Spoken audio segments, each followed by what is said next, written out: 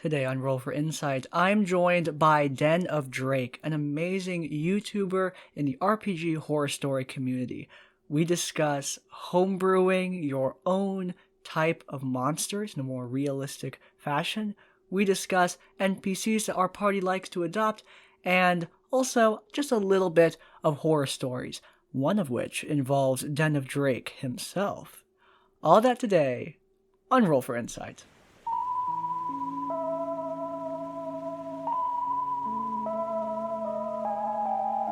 Hello, everyone, and welcome back to another episode of Roll for Insight. Today, I am joined by Den of Drake. You already know that because you listened to the intro, I hope. But hello, Mr. Drake. How do you do on this fine, what day is it today? Thursday afternoon. I'm doing pretty good. I mean, it's my first ever podcast, so there's a little bit of nerves there, but most of all, I'm super excited, man. Thanks for Yeah, having me on. of course, man. Thanks for coming on. So, just get it started. You cover RPG horror stories on YouTube very commonly, like you upload like every week, right? Yes, sir. Every Monday at around 2 o'clock is about when I want to release a video. Sick. So when you're covering RPG horror stories, and we've talked about this a couple times, hmm but every time I talk to someone who's covered RPG horror stories or is into them, and even people who aren't, do you have, and I'm always curious, do you have a D&D pet peeve? Not necessarily something that's like horror story level, but something that's just, ugh, I can't believe you did that. Okay. It's a bit of a meme on my channel, but DMPCs. I am not a fan of DMPCs whatsoever. I think on very rare circumstances, DMPCs might be able to work. Like I read Obongo the Kobold, and that was fun. But let's be real here, some of that was probably made up. Um, yeah. But So, overall, I don't like them. no, you're good. Yeah. DMPCs for me at least, I believe it really sucks the, I guess, energy that could be put towards like world building and stuff and puts it into something that overall kind of defeats the purpose of being a DM. Because I feel like you're going to be kind of half-assing either being a PC or being a DM. Something's got to give, you know?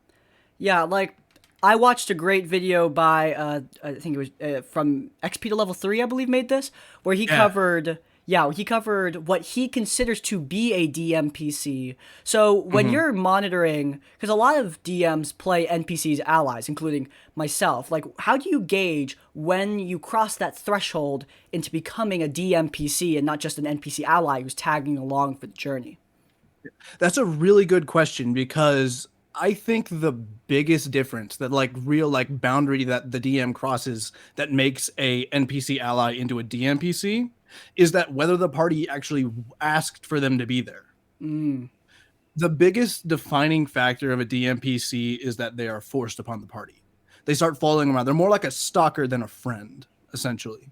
Like if you go into town and they just love Boblin the Goblin, they love him so much, they want to adopt him, they want to do all this stuff, and they next to beg you to bring Boblin along, well then that's not a DMPC. That's part That's of the someone group. exactly. That's someone that they So asked for. Yeah, gotcha. yeah. So like the biggest like thing for me is that I always get a little bit uncomfortable when like the party starts like really well, at least after I started my channel, after the party gets really attached to an NPC, I'm like, oh no, I'm gonna make my own horror story. Yeah, when you're see, this is an interesting effect.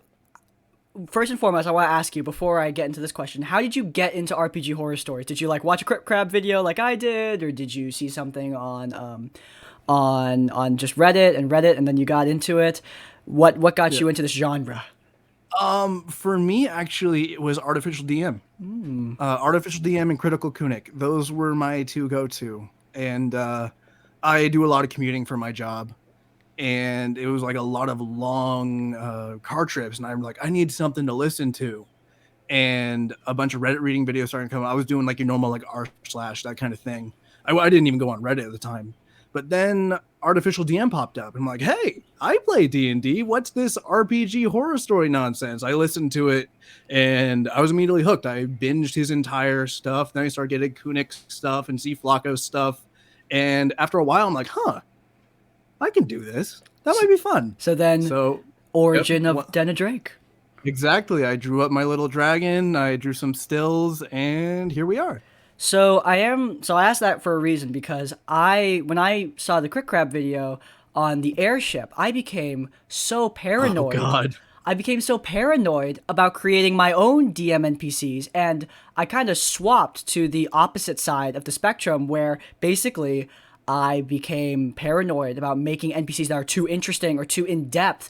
Do you have any advice for people who watch too many horror stories and might become a little too paranoid about what they're doing and too insecure with how they play the game? Oh man, I get this on my channel a lot, and it really breaks my heart. I'll get comments being like, "Oh, these stories make me really scared to play D&D because I'm afraid I'm gonna Mess it up? encounter one of these." Yeah, mess it up. Thank you. Uh, but I have to say, before I give any sort of advice, is that the reason why RPG horror stories are so entertaining is because they're rare. They're a spectacle. They're something we like to point and laugh at because you don't see it every day. So my biggest advice is design interesting NPCs that live their own life. They would live their life if the party didn't exist.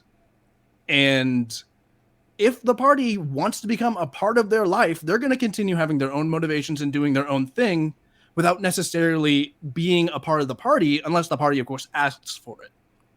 When you're thinking about RPG horror stories, I mean, obviously, both of us get ours from Reddit. Do you have any of your own that you'd like to share? Oh my God. Okay. I've teased this on my channel a few times, but I think it's finally time.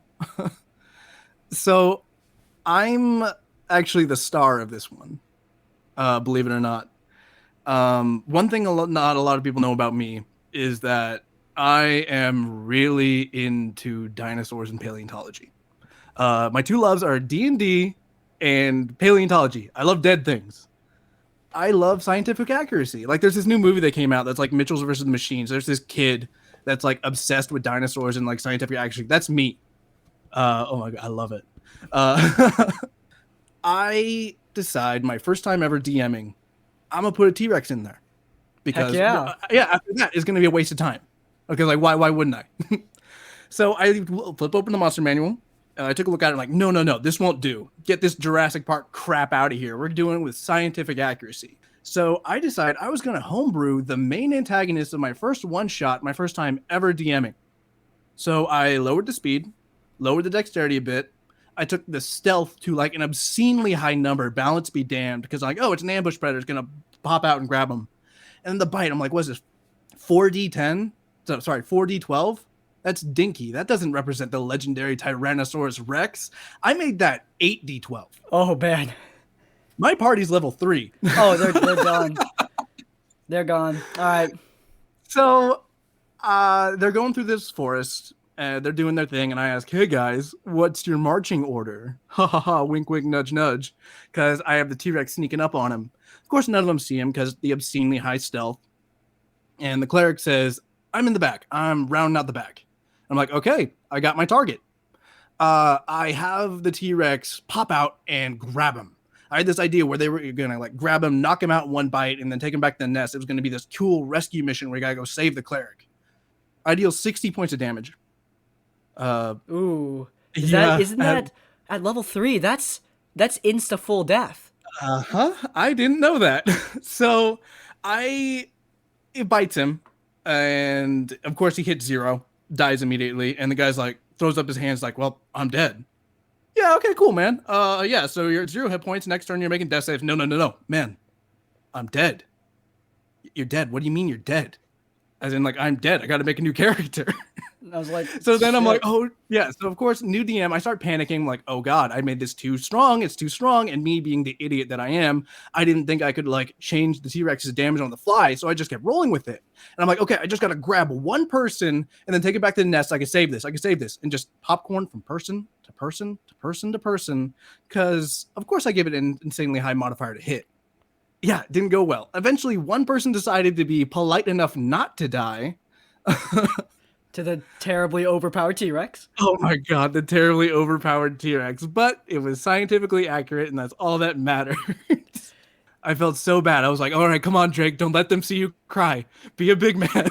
Yeah, it's just, and it's also so sad because like my party, we've been doing this for 2 years, and they've been Mhm. so attached to their well, not to a degree that is like crazy crazy, but they're very attached to their characters. They love their characters. They love Oh playing yeah. them, and I hate killing them because it feels so crappy. I Like know. it's terrible. Exactly. Like Lord, one of my players, love her to death, and we've been playing the campaign we're in for a long time. And everyone, like, their backstory evolves because, like, based off of what happens, like the world like grows as they grow, and they're like, oh, that'd be really cool if that was a part of my backstory somehow. And I let them change their backstory on the fly in that way. I know it's controversial, but I think it's cool because I like think that's things reasonable change. Yeah, because like things change. you introduce new lore details to your world, and Yeah, things happen. Like I've created a whole new species in the course of the campaign. So if yeah, they want to, exactly. exactly, I think that's reasonable. Yeah. So this one player, I've been following her, writing her backstory. It's 13 pages long at this point. We have fan art being done of this character by some people who have written into me and asked, like, hey, let me draw your party. And I don't know what's going to happen if this character dies, man. It'll be so sad. It's going to be so sad. I have no idea what I'm going to do with myself because, like, all of these people were, like, relatively new players, and these were, like, their first characters for, like, a legit campaign. So I'm over here just like, I can't play favorites. I can't be like, oh, I can't kill you because you have a 13-page backstory. Beholder's going to do what Beholder's going to do, man.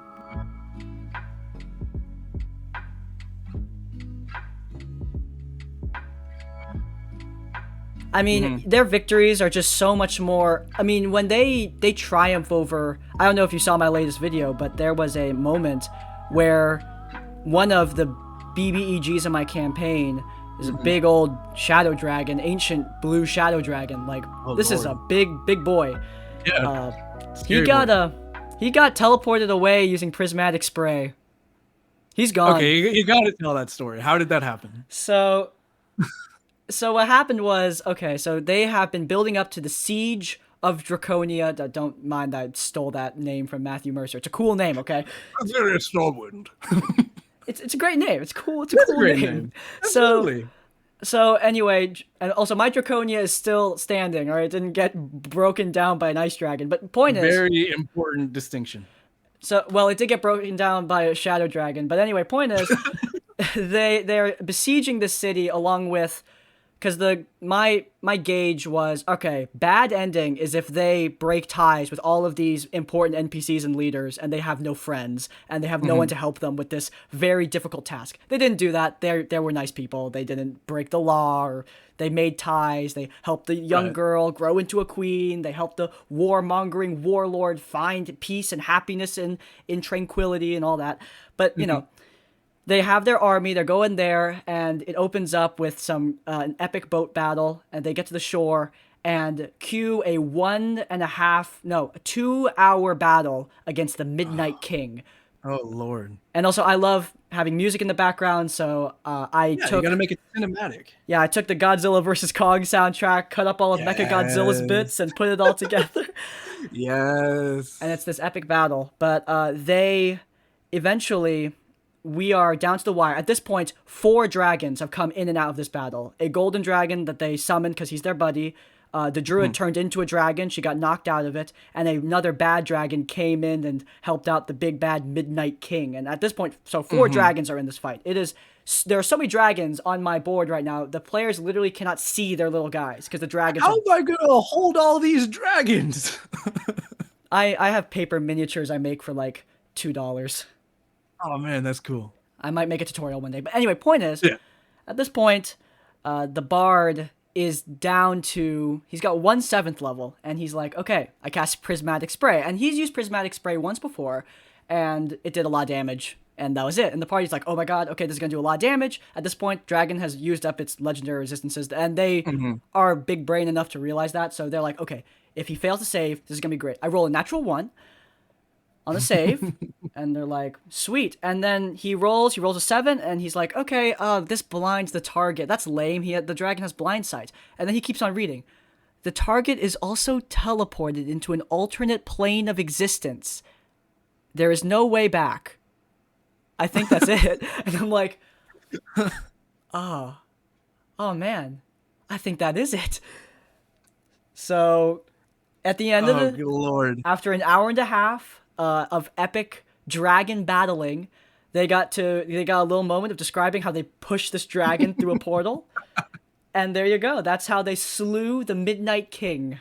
Oh man, that's always such like a bittersweet feeling because like you feel so proud of your party, you know, but at the same time, it's your big bad evil guy. You kind of get attached to him in a way where like you walk around just like doing your daily thing and you'll get like ideas where I'm like, oh, what if he did this? What if he looked like this? Oh, that would make him so scary to the party. But then you just get teleported Yeah, or something will I turn do into a have hamster. I do have a plan, which I will not divulge because I know Caden. I know you listen to this show, so no spoilers, dude.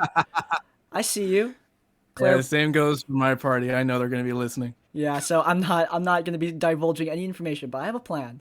I have a Okay. plan, and it is a fun plan. You're gonna like it. But yeah, I have a feeling the Midnight King's not done. ooh yeah, no, he's not dead. He's just Yeah, Dad, gone. he's just plotting because he's pissed off. Well, Sunday, when this whole thing wraps up, and they are talking, they're gonna try to bring peace and tranquility to the realm of Taldria. When all this wraps up, we shall see how it all goes down. It's gonna be great. But Oh, anyway, I love it. aside from pet peeves and horror stories, I mean, you mentioned how your party or parties often like want to bring an NPC along, and I talked about this with Artificial DM Mhm. because I actually think it's fascinating.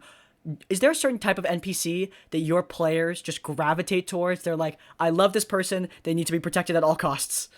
Uh, I like to say that my party tends to gravitate towards those they know are incompetent. Because I don't know if they're like little sadists or if they just like, okay, we got to protect them by bringing them to the most dangerous place on the planet. But my party tends to like single out people. Like there's this goblin named Jarvis, which the name was totally improv at the time because they literally just decided we're not going to kill this last goblin. We're going to adopt him. But eventually it somehow ended up where they were separated.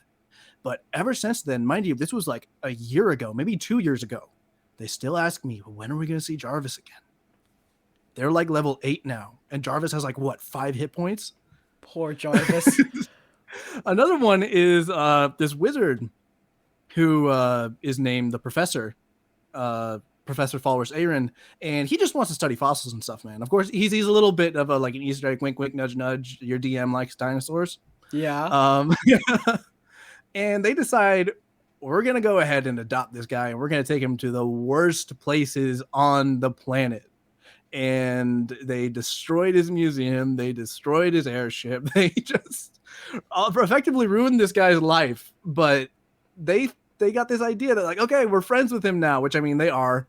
But it's kind of this running joke about how they just royally screwed over this one guy Ah, by rip, trying to help him. rip the professor.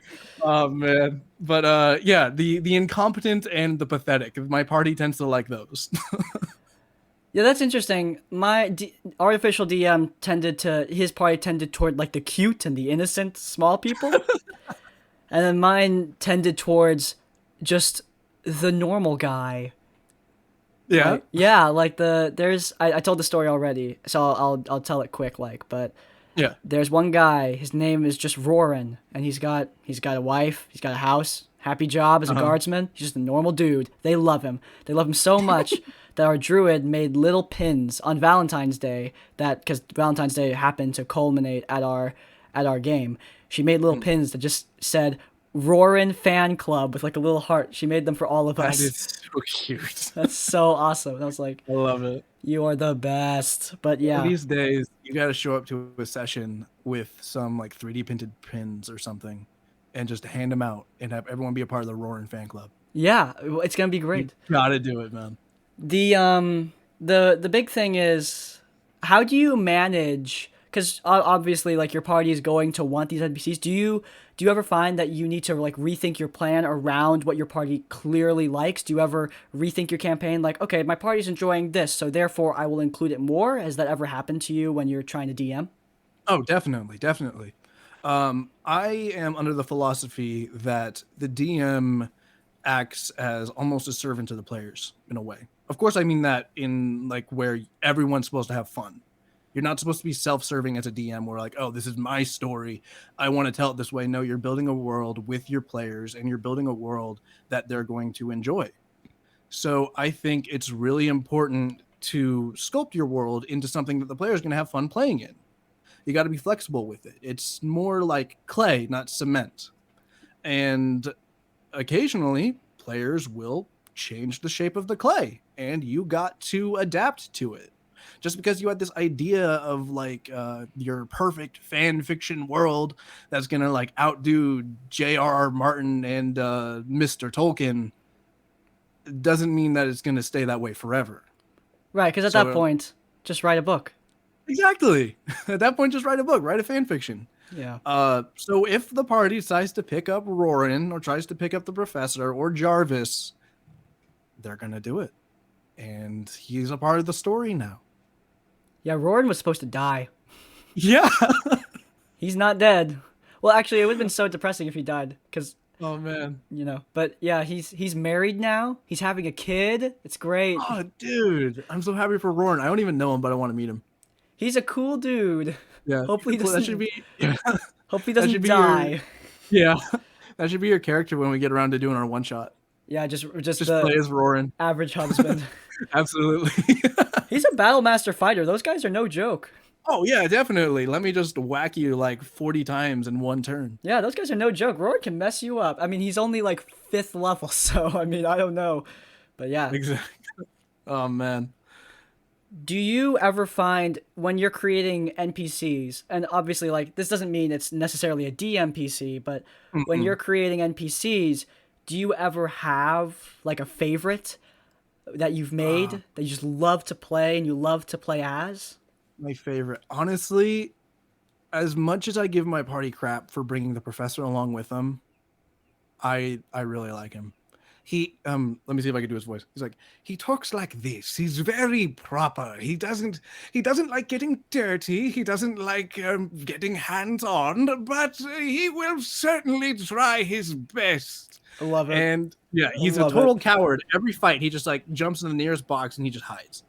And I just love playing that character. And like I have to kind of like thank him for bringing him along because every time he was there, I just had a lot of fun with it. Oh yeah, because those kind of characters that you just love to play. I mean, obviously you don't want to make them the focus of the campaign, but Of every course. time the party's like talking to them and you get to act out this character and build them up into someone more than just because obviously a lot of NPCs start out very basic because that's just the nature of creating literally everyone else in the world. Yeah. Have you Like- heard that song? No, what song? There is a song by Outside Extra called Literally Everyone Else in the World, where they sing about how great the DM is for playing literally everyone. It's so good. I mean, it's not wrong. I mean, that's another reason why I don't really like DMPCs as a whole, is because you literally have to play the rest of the world. What makes this one guy so special, you know?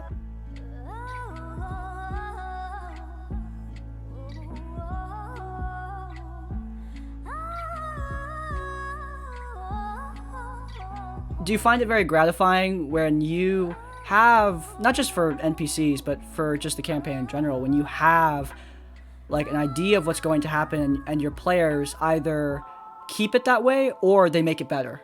Have you ever seen that?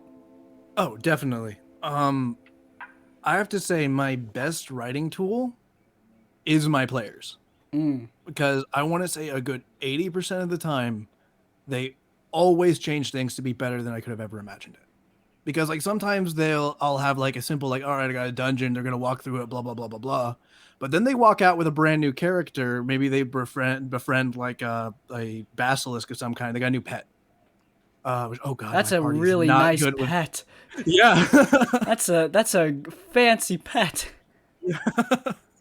Oh man, my party doesn't do well with pets at all. None of them have survived. Have you? Okay, so Dale Kingsmill. I don't know if you've seen her videos, but she always makes some of my favorite D&D videos on YouTube because she always talks about how she plays monsters to be to accentuate like a piece of their persona. And I bring this up because I play basilisks because I really enjoy the first Jurassic Park movie, and I love that scene in the kitchen where the not very scientifically accurate raptors are walking through and stalking the kids, and that's how Oh I yeah. play. That's how I play basilisks every time. It's they're like a because I mean they're stalking around, and if they see you, you're stoned. So do you have that kind of thing with any of your monsters or any Oh, of the monster definitely. manual creatures?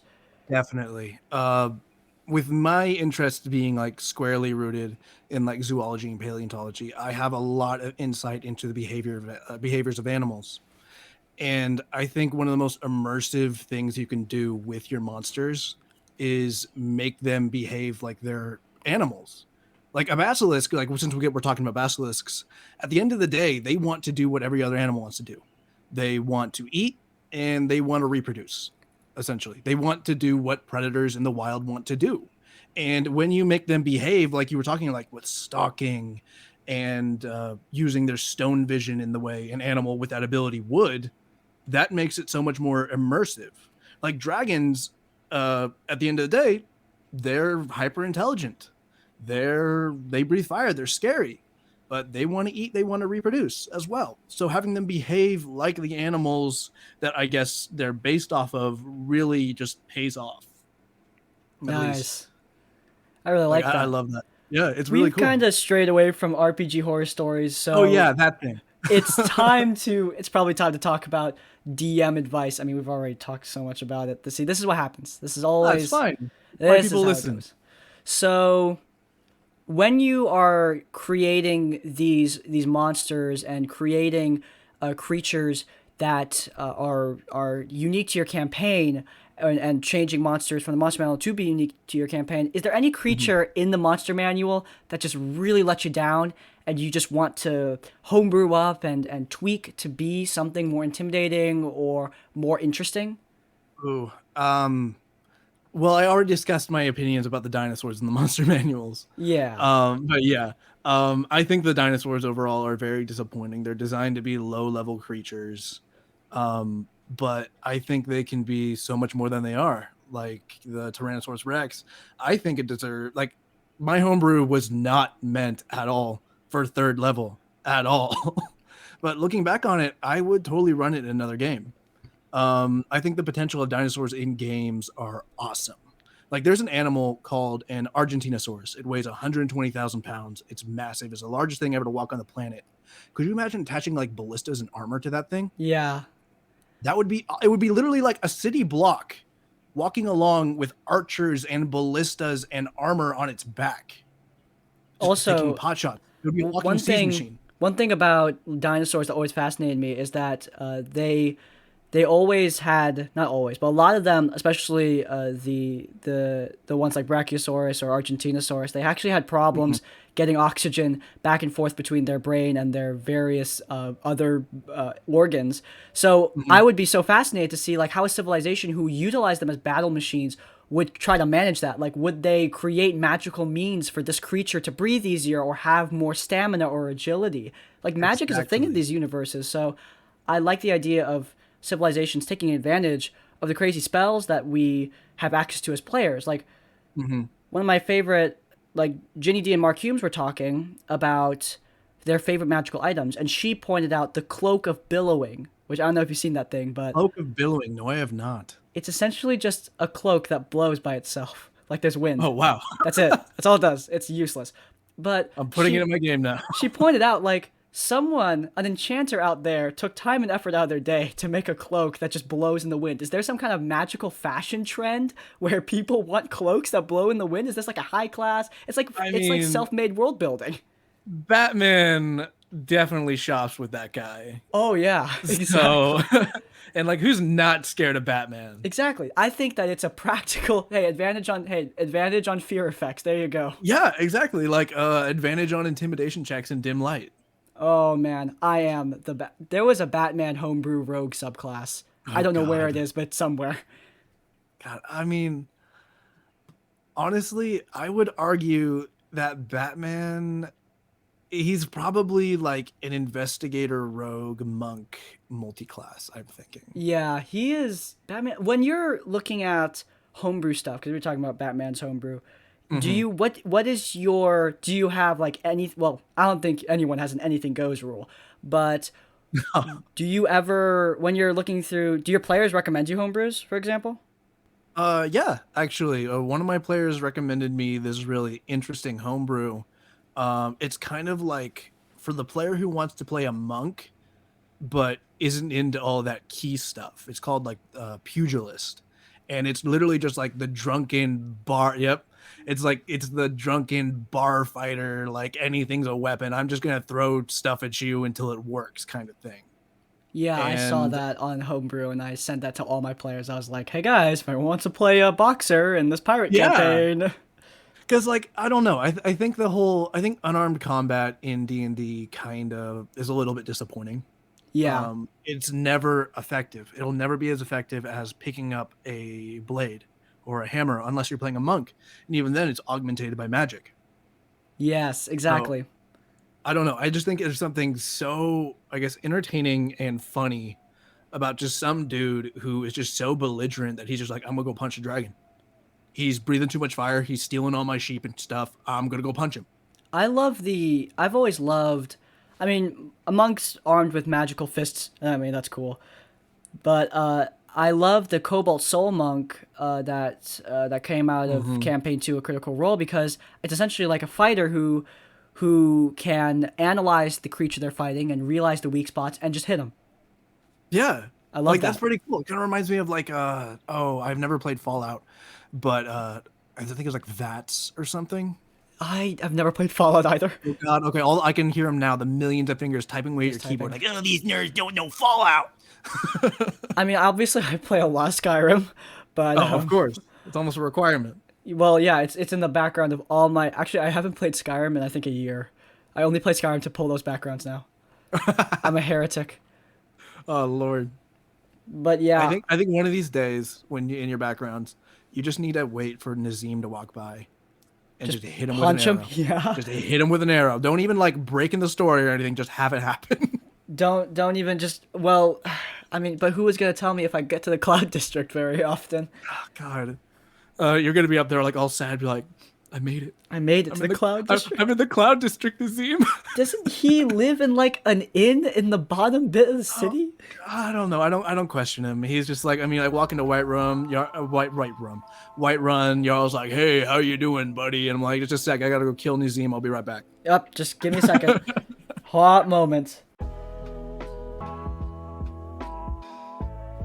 But Oh yeah, Lord. we were just brought up an NPC we hate in Skyrim, but do you ever create NPCs with the explicit purpose of like a Dolores Umbridge type? I think my players are gonna hate this guy, and it's gonna be great. Yes, yes, and yes.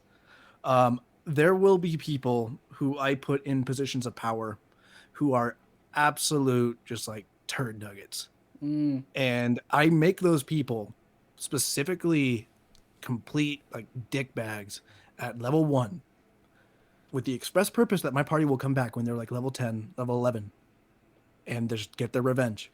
Yeah. It's just that's the express person. Like the reason you exist is to be an asshole and then to die a year down the line. Have you ever made a necessary evil NPC, like someone that is like morally ambiguous that does the jobs that the heroes won't do? Has that ever been something that you add into your game? Okay, here's the thing.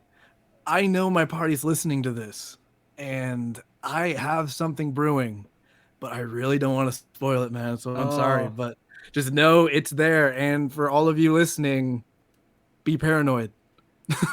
they're coming. There they be a coming. Yeah, I did a Machiavellian schemer who honestly I had no idea how it was going to turn out because he's just a normal dude who's just big brain.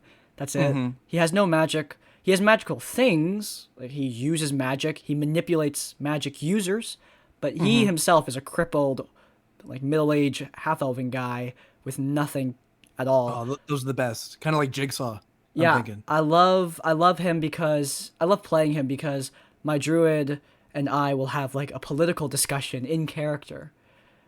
which is And those are the best. yeah, it's Like awesome. the combat that happens with words, in my opinion, in my personal opinion, the combat that happens with words in D&D is about twice as good as the combat that happens with weapons. Yeah, because I think it's so much more. you can't get that kind of stuff with just hitting people, like that kind of insight into a character. Yeah, absolutely. And I mean, eventually these word combats can turn into weapon combats. It does happen, but I think a weapon combat following a word combat is going to be always more satisfying than one just like, all right, I'm going to go hit him with a stick. Yeah, there was a. I've always loved those kind of moments. Do you ever have? Is there a moment where you're role playing with a? Because you said your party is mostly new, right? They were new when we started. We've been at this campaign, I want to say, for like 2 years now. Ooh, yeah. Yeah, this was our first exposure to D&D. I was actually staying in a college dorm, and I had no idea who these people were. It was a new city, and I'm like, well, time to go into my comfort bubble because I'm scared. Let's play D&D. Who wants to play? And these people who I had gotten familiar with, they were game. They wanted to try it, and they were hooked immediately. And I knew I had a party for life. So, is there any moment when early on or even now where your players just blow you away with either their role play or their combat prowess? Oh, all the time. I had to like, put a limit on inspiration tokens because they would just like blow me away so often. I can't be like, okay, I can't get these things out like candy, or you might as well not even have the dice in the game. There's this one time where the party ended up, they're currently on a heist right now. They are delving deep below the sewers of a casino owned by the city's thieves guild, and they're going to try to steal their entire cache of gold and riches and artwork. And they are sitting in these boats trying to get underneath the casino to get to the vault. And they were just having conversations, spending time just like getting to know each other's backstories and stuff. And I guess the connection that they form between each other as people, as they're playing in characters, like one of these guys, he plays a massive minotaur. In real life, he's nothing like this massive minotaur, but you can see that it means the world to him when he can express himself through this giant cow man. Yeah, those And are the it's best. moments, yeah, it's at moments like that where I'm like, I bleeping love this game. I almost said the F word. Oh no. Yeah, can't have that on No. this children's program. Yeah, this good Christian podcast. But yeah, that's what gets me. So we're gonna wrap up here. But do you have any pieces of last second advice, either to avoid horror stories or anything about creating NPCs or creative monsters that you want to share with our audience today? Yeah, sure. For me, my parting bit of advice is all of our horror story channels, we like to poke fun at people. We like to say things for the sake of the joke. But at the end of the day, these horror stories are rare. And like I said before, that's why they're a spectacle. And you should never let our content make you afraid to play Dungeons and Dragons, because this, at the end of the day, I think is one of the greatest games ever invented by men. By men, next to like maybe chess or something. I don't know. Uh, Overall, if you get the chance, go play the game. I know a lot of people who listen to me, and a lot of people who listen to you, and a lot of people who listen to Crit Crab don't actually play the game and are scared to because they're afraid they're gonna fall. They're gonna find some neckbeard who's gonna make them feel really insecure. Don't be afraid.